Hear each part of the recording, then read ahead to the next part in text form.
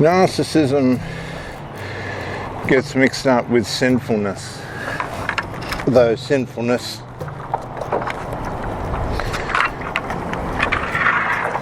is a fruit of it. The two do get mixed up.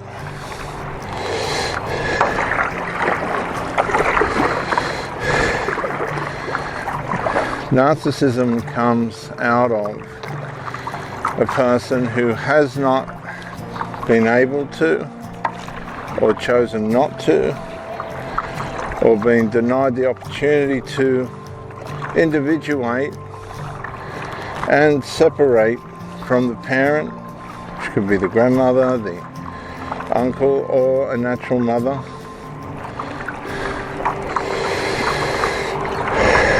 During the development of their life, as they grow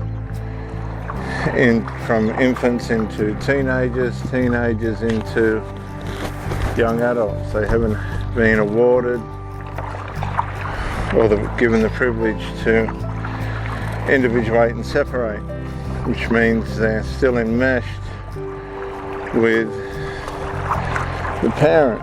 This is covert emotional incest. So there'll be a lot going on. There'll be little secrets going on. They'll share things with each other that they ought not. The background noise is the water. We're stand-up paddleboarding on the bay. They'll flirt with each other. They'll give each other inappropriate names like darling or, oh, let's deal with that. Big stinger.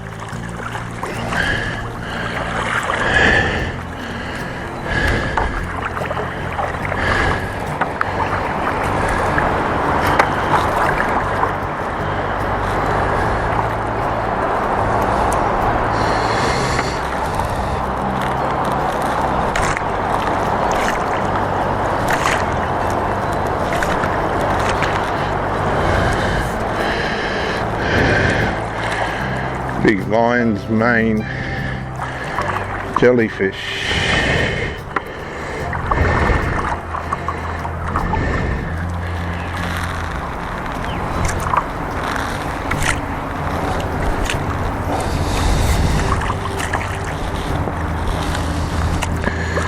I just killed it.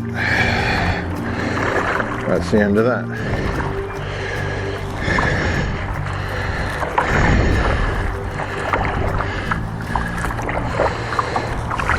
So they haven't individuated, they haven't separated from the parent,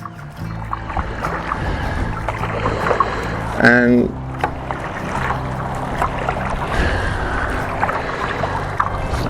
this leaves them in a holding pattern, like a plane that goes round and round an airport but is unable to land for all sorts of different reasons.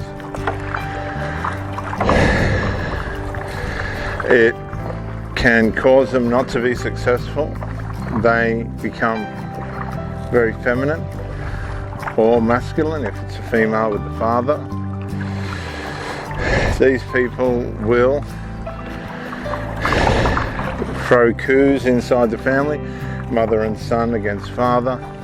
A lot of cases the father just has to leave because it becomes too much, or the toxicity towards him.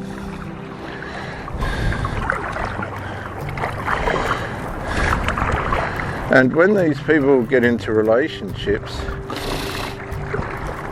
because their primary commitment is towards, and devotion and loyalty is towards the tribal bonds, and I mean family, but tribal sort of gives it a more raw look. You see into it in a different way. If you say family, it's just but if you say tribal, you can see a spiritual side and a soulish side to it all.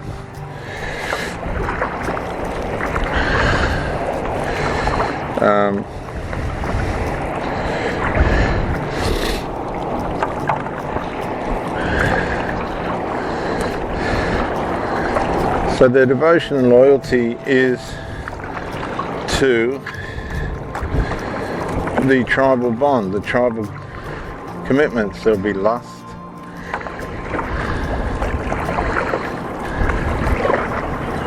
devotional,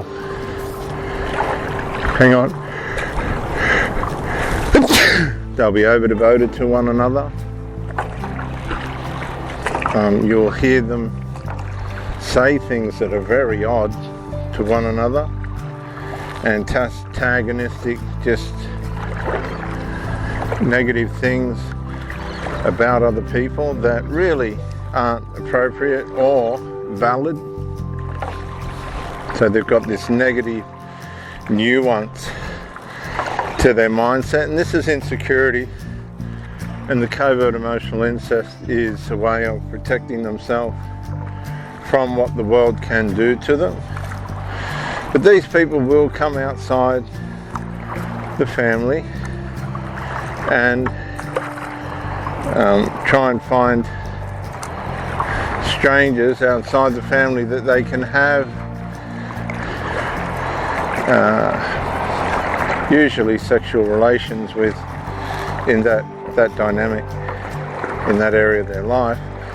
But they've got no intention of building anything sustainable or healthy long run with the person they're engaging.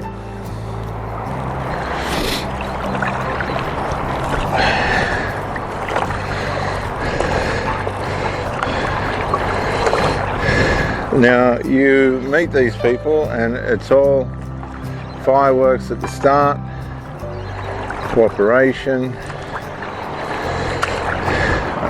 in most cases. Sometimes it's just immediate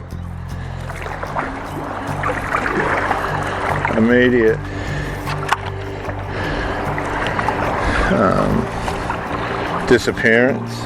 They've got what they've wanted and gone. You weren't quite up to the standard that they were looking for. And so, in other cases, they'll hang on for a bit. They like what they see. They like what they're getting.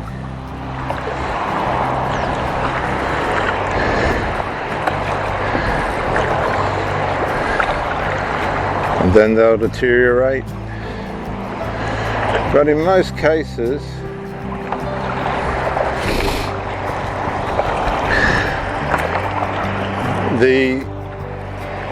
the shit test is going to come quick, where they'll drop the ball and see if you'll chase or you'll disappear as well. And if you disappear as well, that changes the whole plan of attack. Sometimes they'll come back, other times they won't.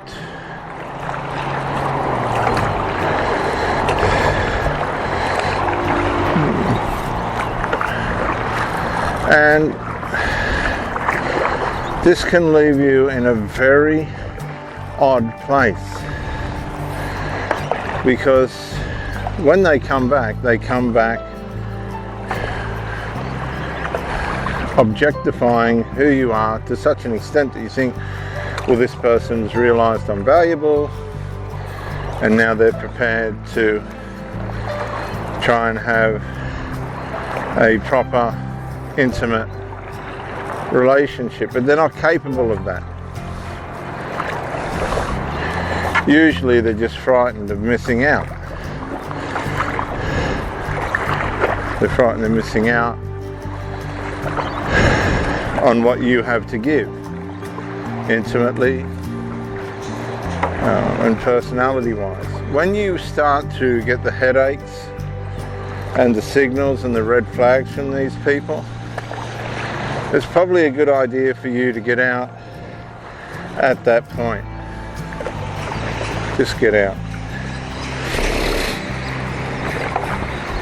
You're going to save yourself years, possibly decades of heartache and wasted time while they fail to grow and mature,